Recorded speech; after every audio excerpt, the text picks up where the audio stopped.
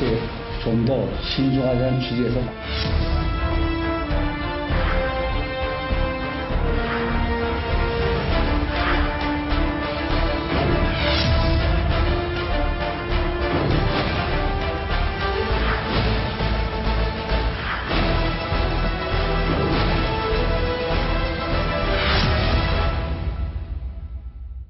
요즘 방송 언론 정치권을 보면 갈수록 이미지 정치가 극성을 부리고 있는데 이미지도 중요합니다. 하지만 이런 자세가 나라 발전에 얼마나 도움이 되겠습니까? 묵묵히 대한민국 정책을 책임져 온 분입니다. 김병준 전 청와대 정책실장 모시겠습니다. 안녕하십니까? 네, 안녕하십니까? 예. 아니 안철수 신당 여기에 대해서 한 말씀 해주십시오. 안철수. 아까 뭐 좋은 말씀 다 하셨던데 왜 저 구정치의 공식을 가지고 하느냐? 네. 그렇게 보이죠? 네. 그래서 제가 가끔씩 그렇게 이야기를 합니다. 이런 방식으로 접근하면은 뭐 반사적 이익이 얻을 수 있겠죠. 네. 그러나 이 성공해봐야 결국 실패로 끝난다. 크게 성공하면 크게 실패하고 작게 성공하면 작게 실패하고. 그러니까 안철수 신당은 크게 성공하면 크게 실패하고 작게 성공하면 작게. 그럼 결론은 안철수 신당은 실패한답니까? 그러니까 지금과 같은 그런 모드로 가서는 안 된다. 지금과 같은 모드. 새로운 정치의 모습이 없다. 새로운 정치의 모습이 없다. 네. 하나도 없다. 예. 구태의원 정치. 그렇게 보입니다. 그래서 구태해 보입니까? 하여튼 새로운 모습이 안 보이는 거죠. 새로운 모습이 안 보인다. 새로운 모습도 안 보이고 새로운 질문도 없고 새로운 답도 없습니다. 새로운 질문도 없고 새로운 답도 없고 그러니까 어찌됐든 무조건 실패한다. 작게 성공하든 크게 성공하든.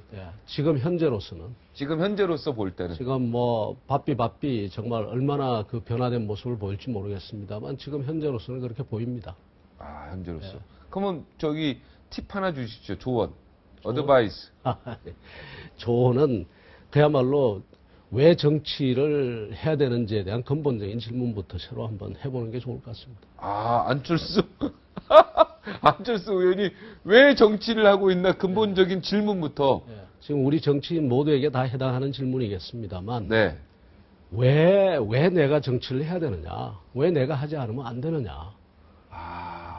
왜 내가 해야 되는가? 다른 사람이 하라고 하니까 하는 게 아니고 네. 왜 하지 않으면 안 되는가에 대한 고민을 좀 더 깊이 해줬으면 좋겠어요. 내가 왜 정치를 해야 되는가? 정치 철학도 없는 사람들이 국회의원 299명 중에 도대체 내 정치 철학과 이 대한민국을 위해서 내가 반드시 내가 할 수밖에 없는 그러한 정치 철학과 다짐, 각오 이런 것도 없는 사람들이 지금 저기서 뭐 하고 있느냐 이거죠. 그것부터 다시 한번 대묻고 가라.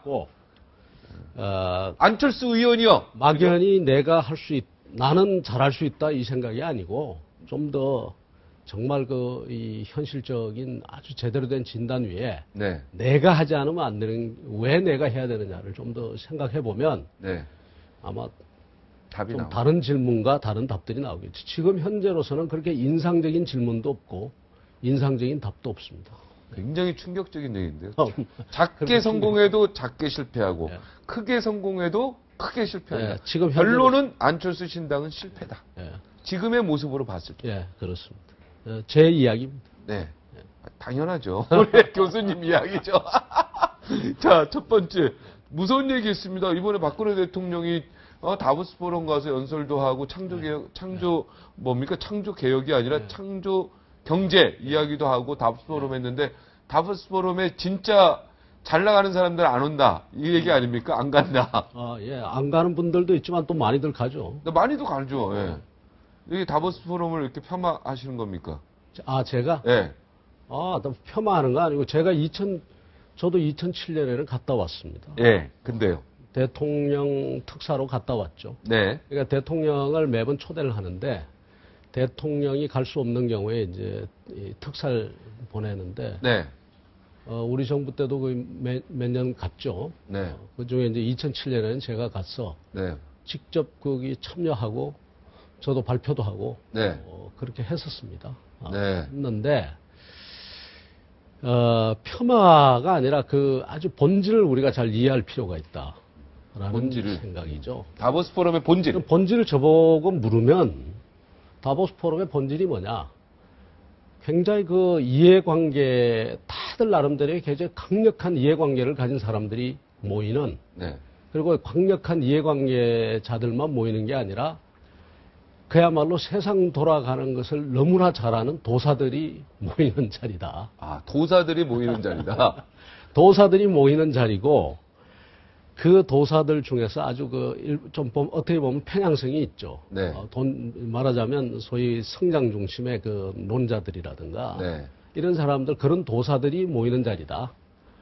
그리고 때로는 그 도사들이 편향된 도사들이 모이기 때문에, 네. 결론이나 논의 구조 자체가 어떻게 보면 의도적인 그 왜곡이 있을 수 있는 자리다. 아, 의도적인 왜곡이 있는 자리다. 그러니까 제가 있을 수 있는 자리다. 2007년에 가서 놀랐던 것은 네. 2007년만 해도 저 같은 경우에는 당시에 그 경제 위기의 가능성에 대해서 굉장히 고민을 하고 있을 때입니다. 네. 2006년 말에 이미 이제 미국의 모기지 회사 몇 개가 벌써 이제 흔들리고, 네. 그리고 서브프라임 모기지로. 네. 그 다음에 미국의 가계부채 증가, 그 다음에 기업 저축이 늘어나고 이게 이제 이 경제 위기가 올 가능성이 굉장히 크다 해가지고 2005년 말부터 굉장히 그 고민을 하고 있을 때거든요. 그러니까 다보스에 가면은 상당히 많은 사람들이 그 이야기를 할 줄 알았어요. 경제 위기, 그러니까 가계 대출 증가 여기에 대해서 얘기할 줄 알았는데 가니까 아닌 거예요. 그 얘기 안 해요? 성장 이야기가 역시 이제 더 많이 나오고, 굉장히 장밋빛 미래 이야기가 나오고, 그 인도와 중국의 급성장 문제 뭐 이런 것이 주된 과제가 되지. 네. 이 바로 눈앞에 있는 경제 위기에 대한 이야기는 별로 없단 말이죠. 그래서 제일 처음에는 오해를 했어요. 이분들이 정말 그 세계 경제의 흐름을 정말 모르고 그러는 거냐. 그냥 알고 보니까 그게 아니란 말이에요. 이분들이 다 뭔가 하면 세계 경제가 지금처럼 그냥 잘 돌아갔으면 좋겠다라는 심정을 가진 사람들의 표현이 이제 되는 거예요. 그러니까 그게 제가 말씀드린 의도적인 왜곡이 일어나는 현실을 거예요. 외면하고. 현실을 외면하고 싶은 거죠. 외면하고 싶으니까 그리고 외면하고. 세상 사람들도 그 이야기를 안 해줬으면 좋겠고. 네. 이제 그런 데서 이제 의도적인 왜곡이라는 제가 이야기를 드리는 거고요. 그리고는 굉장히 회의가 무지무지하게 많은데 네. 수백 개의 회의가 열리거든요. 네. 그래서 어떤 데는 보면 뭐 별로 사람도 없고, 또 좀 관심사가 있는 데는 아주 사람들이 뭐 몇백 명씩 몰리고 이제 그렇게 되고, 복도에서부터 중요한 사람들을 많이 만나게 되죠. 네. 바로 옆에 어떤 나라 대통령도 바로 옆에 서 있어서 싸우고. 네. 이게 사람 만나기는 좋은데 깊은 이야기는 하는 자리는 아닙니다. 형식적인 자리고 형식적인 사람 만나고 자리고, 이해관계 서로. 그리고 남 싫은 소리 안 하고, 소리. 그저 이제 좋은 이야기들 하고. 진정한 경제 포럼 자리가 아니다. 예, 모이고 만나고 하는데 이제 특징적인 게 양자 회의가 많이 만들어져요. 네. 아주 중요한 부분인데. 양자 회의가 많다. 이제 제 참석자가 누굴 만나고 싶다라고 사전에 이야기를 합니다. 네. 그러면 다보스 쪽에서 그 사람에게 연락을 해줘요. 그래서 네. 서로가 맞으면 만나는 거죠. 부킹해 주는군요, 다보스 쪽에서. 말하죠. 그리고 그 장소를 마련해 주고. 네. 그래서 그런 것을 만나는데 대충 보면 뭐 길어봐야 1시간, 짧으면 한 30분 정도, 이렇게 15분. 네. 이렇게 만나는데, 저 같은 경우도 이제 예를 들어서 일본의 재무장관하고는 좀 깊이 좀 이야기하고 싶다. 네. 뭐 이렇게 해서 서로 이야기를 나눈다든가. 네. 이렇게 되죠. 그런 경험들이 있는데, 그런 부분은 상당히 좀 중요한 부분이라고 생각하는데, 그러나 기본적으로 하여튼, 굉장히 강한 나름대로의 이해관계를 가진 사람, 또 도사들이 모이는 자리다. 네. 제가 뭘 이야기 드리려고 하는가 하면, 네. 그런 점에서 보면 대통령께서 이제 이번에 가서 연설을 하셨는데 멋진 연설을 하셨단 말이에요. 네. 근데 그분들이 어떻게 받아들일 거냐. 굉장히 교과서적이다. 이렇게 받아들였을 가능성이 큽니다. 네. 이거 다 말하자면 몰랐던 이야기가 아니라 다 아는 얘기다. 통상적으로 다 아는 얘기. 그러니까 우리 국민들이 듣거나 일반 사람들이 들으면 새로운 시각이 있다. 이렇게 하겠지만 그분들 입장에서 보면은 뭐 자기들이 평상시에 늘 생각하는 네. 이야기일 가능성이 있다. 그런 점에서 좀 더 잘하긴 잘하셨는데, 말하자면 정말 그 사람들을, 그 도사들을 터치할 수 있는 이야기, 이런 이야기가 좀 더 들어갔었으면 하는 아쉬움이 있었습니다. 그들의 도사, 경제들의 도사들을 이해관계에 막 얽혀있고 세상에 빠져있는 도사들을 터치하는 어떤 그러니까 일이 구체적으로. 예를 들자면 우리 우리 한국 사람들의 그 저력, 그 말하자면 우리가 그 지나간 그 어려운 역사를 이겨놓은 그런 이야기라든가. 네. 그 다음에 동북아에 있었어요. 특히 그 사람들이 그 지금 일종의 그 한국 투자에서 굉장히 큰 변수로 생각하는 그 안보에 관한 리스크 굉장히 크거든요. 네. 이런 부분에 대해서 정말 그 세계의 리더들에게 호소하는 이런 그 아주 감성적인 그런 터치가 더 있었으면 그게 좀 부족했다. 그런 감성적인 아쉬웠어요. 알겠습니다. 우리가 도사를 상대를 만날 때는 논리나 말하자면 지식 가지고는 설득이 안 되거든요. 네, 감성으로 예. 터치를 하는 이야기들이 들어갔으면 더 좋았다. 현원석 경제부총리가 이번에 뭐 카드사 관련해서 좀 국민들을 막 무척 화나게 했는데 동병상련이라고 그럴까요? 저도 말로 가지고 많이 얻어맞은 사람이기 때문에. 네, 기억납니다. 그런데 이제 그런 입장에서 제가 이야기를 드리자면 말 가지고 우리가 한번 말을 잘못하면 그 말에 대해서 잘못이 있다고 지적은 해야 됩니다. 네.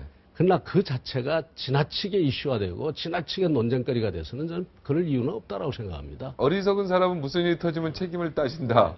우리가 정보 다 제공 동의하지 않았냐 이렇게. 이제 좀 과하죠. 네. 그러나 역시 경제를 이야기를 할 때는 특히 그 정치인들, 당의 최고위원이 되고 당의 아주 주요 인사가 되고 또 이런 분들은 경제를 따질 때는 경제장관의 그 말 한마디 한마디를 그거는 그냥 지적하고 넘어가고 뭐를 해줘야 되는가 하면은 경제는 지표와 현상으로 이야기를 해주고 따져줘야 됩니다. 지표와 현상으로 따져야 된다. 지금 현재의 경제정책 그 자체 그리고 지금 또 말하자면 지금 현재의 지표 그것을 제대로 이해하고 있느냐 그다음에 시스템에 대한 입장이 어떠냐 이런 것들을 가지고 따져줘야지. 저렇게 말은 실수한 거 가지고 말하자면 그 경제부총리가 그런 의도를 가지고 이야기할 이유는 없는 거죠. 사실은.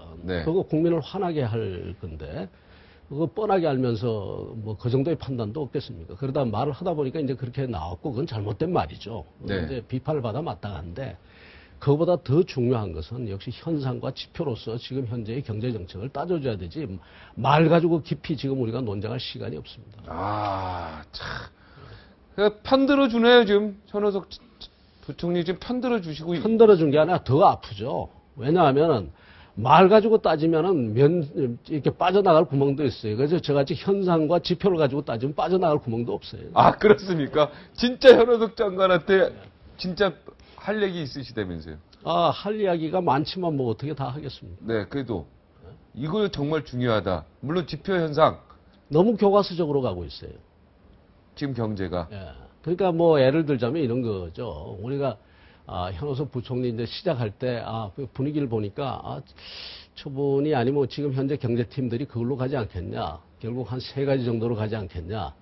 결국 재정정책 뭐 돈 좀 풀려고 할 거고.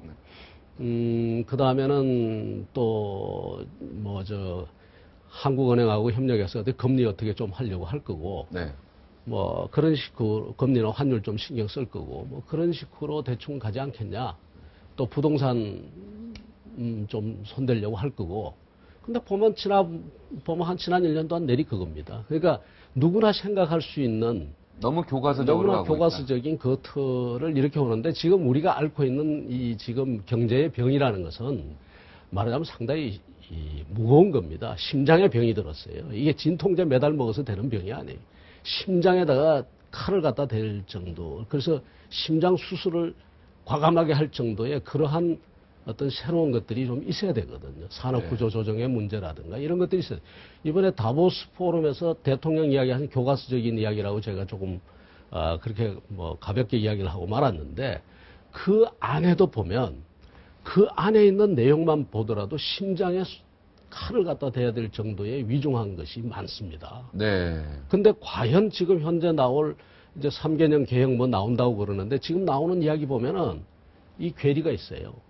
대통령이 다보스에서 이야기하신 거하고 그다음에 지금 나오는 안들이 지금 대충 뭐 나오는 안들 이야기 들어보면 상당한 괴리가 있다고. 아, 3개년 계획. 그 얘기 하시죠. 그러면 경제 3개년 계획에 그러니까 뭐가 문제점이 있습니다. 이제 말하자면 뭐 역동적인 창조 경제를 하겠다. 그다음에 무슨 내수 활성화도 하겠다. 기초를 탄탄하게 하겠다 뭐 하는데 비정상에 정상하겠다. 정상하겠다 하는데 거기서 나오는 과제들 보면 공기업 개혁 과제라든가 금융을 어떻게 하겠다 뭐 이런 이야기들이 나오는데 그 정도 가지고 대통령이 말씀하신 그 다보스에서 이야기하신 그런 정도의 계획을 맞춰줄 수가 없다고요.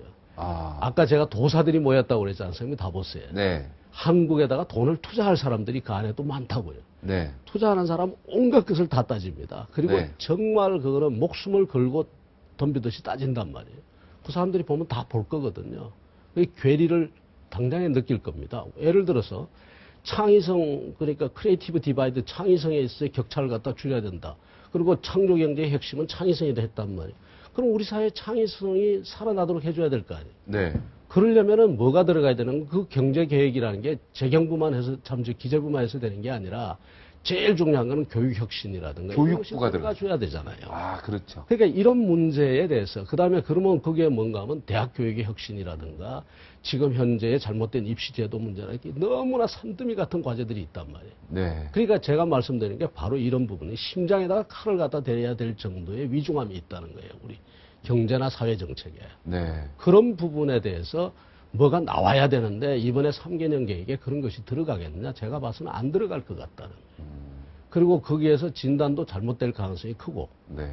단순히 재경부 얘기만 할 게 아니라 교육부 연결되어 있고 그 이외에 또 미래과학부 뭐 여러 가지가 같이 다 똑같이 가야 된다. 경제정책은 경제정책과 사회정책의 그 차이는 사회정책의 경제정책의 그 구분과 경계가 모호합니다. 네. 조금 더 쉬운 이야기로 하면은 가장 좋은 사회정책이 가장 좋은 경제정책도 되는 겁니다. 예를 들어서 교육혁신이 가장 좋은 경제정책이 되는 거죠. 아, 거의 동감합니다. 예, 그런 부분에서 교육혁신이 가장 좋은 경제정책이 될 수 있다. 가장 좋은 안보정책과 동북아 정세에 대한 그 입장이 우리 경제정책이 되는 거고요. 그러니까 정책 간의 구별이라는 게 없는데 최고 좋은 안보 정책이 경제 정책이 될 수 있다. 그렇죠. 그런 점에서 점점 실제로 옛날에 하던 산업 정책이나 경제 정책은 국가의 역량이 지금 국가가 그 정도 힘이 없기 때문에 사실상 시장으로 많이 넘어간 부분들이 있거든요. 네. 오히려 국가가 할 수 있는 부분이 바로 이런 부분들이에요. 안보, 교육. 이런 말하자면 사회 정책과 넓게 이야기하면 국방 정책이나 안보 정책까지도 어디로 연결돼서 들어와야 되는가 하면은 이 경제 3개년 계획이든 5개년 계획이든 이 틀 속으로 들어와 줘야 되고 네. 그 속에서 단단한 하나의 비전이 설정이 될 때 그 아까 제가 말씀드린 그 도사들이 설득이 되는 거지. 네. 그냥 다보스에서 교과서적인 이야기를 하고 실제 말하자면 경제 3개년 계획 낸 거는 그거하고 이렇게 괴리가 있을 때는 이 도사들이 설득이 안 되는 거죠. 지금 교육부 장관 하셨지 않습니까? 인적. 그때 좀 혁신 좀 제대로 하지 그랬습니까? 그러니까 좀 며칠 만에 제가 그만뒀죠. 아, 얼마 못하고 했죠, 하려다. 좀 아쉬운 거, 요거 했었어야 된다. 하나만 그러니까, 답해주죠. 요거는 우리 다음에 한번 더 나와서 하셔야 될 것 같아. 한국 경제 잘못된 정부와 지식은 지금 우리가 딴 얘기 너무 하는 시간이 가가지고 요거는 다음 주에 한 번 더 나오셔서 요 1, 2, 3, 4, 5, 6 하시고 그 다음에 우리 지금 교육혁신 가장 중요한 얘기예요. 경제가 교육 혁신을 제대로 하면 경제가 발전하게 돼 있어요. 중요한 얘기거든요. 그런 문제들. 그러니까 경제를 좀 더 이렇게 거시적으로 뭐 해야 되는데 지금 이번에 그러지 않을까봐 지금 걱정이 좀 됩니다. 교육 혁신 빨리 얘기해 주세요. 아, 교육 혁신? 네, 뭐 해야 됩니까? 아, 지금 갑자기 이제 이야기를 주셨는데. 저는 항상 갑자기 줍니다. 제일 중요한 거는요. 우리의 지금 경제정책이라는 입장에서 우리가 말하자면 인성이라든가 이런 부분은 사실은 초중등 교육이나 이쪽에서 담당하고 이쪽은 지방교육청으로 많이 가줘야 되고요. 정부가 중심적으로 다루려고 하는 것은 인적 자원의 양성입니다. 그래서 사실은 그때도 옛날에도 교육부총리라고 불렀는데 교육부총리라고 부르는 그 자체가 잘못됐습니다. 인적 자원 부총리가 돼야 되는 거예요. 아, 인적 자원 부총리가 교육부는 장관이고 인적 자원 부총리가 됐어야 되는데 그 부총리들이 부총리 역할을 못했어요. 노동부나 산자부나 다 끌고 가야 되는데 못했거든요. 그러니까 그 인적 자원 부총리를 하면서 뭘 해줘야 되는가 하면 지금 박근혜 대통령도 이야기하시는 창의성이 우리 사회 전체에서 넘치도록 해줘야 되고, 그러려면은 지금 현재의 대학 교육이라든가 이런 걸 다 손을 대줘야 되고, 또 더 중요한 거는 뭔가 하면은 우리 사회가 필요한 인적 자원을 제대로 공급할 수 있는 인력의 수급을 맞춰줘야 되는 거예요. 지금 보면 우리의 산업과 경제가 필요한 인력을 대학이 생산해서 내주질 못하고 있습니다. 이제 이런 부분들이 굉장히 많거든요. 예를 들어서 소프트웨어 인력이라든가 시스템 반도체 인력이 굉장히 필요한데, 그러니까 자동차조차도 지금 우리가 그 반도체, 자동차 비메모리 반도체 같은 건 전부 수입해서 쓰는 구조란 말이에요. 이것을 할 수 있는 인력이 많이 있어야 되는데 대학에서는 이런 인력이 안 나오거든요, 지금. 이런 부분들이 지금 잘못되어 있는 거죠. 네, 알겠습니다. 예. 중요한 얘기에서 오늘 굉장히 중요한 얘기예요. 경제를 경제로만 보면 안 돼요. 안보 정책이 경제 정책이 되고 교육 정책이 경제 정책이 된다. 그리고 창의라는 건 창의 경제가 단순히 재정부에서 할 내용이 아니라 이건 인적 자원 교육부에서 해야 될 내용이 굉장히 중요하다. 아주 중요한 거예요. 요거 다음 주에 나오셔서 뜯도록 하겠습니다. 오늘 여기까지 했습니다. 고맙습니다. 감사합니다. 감사합니다.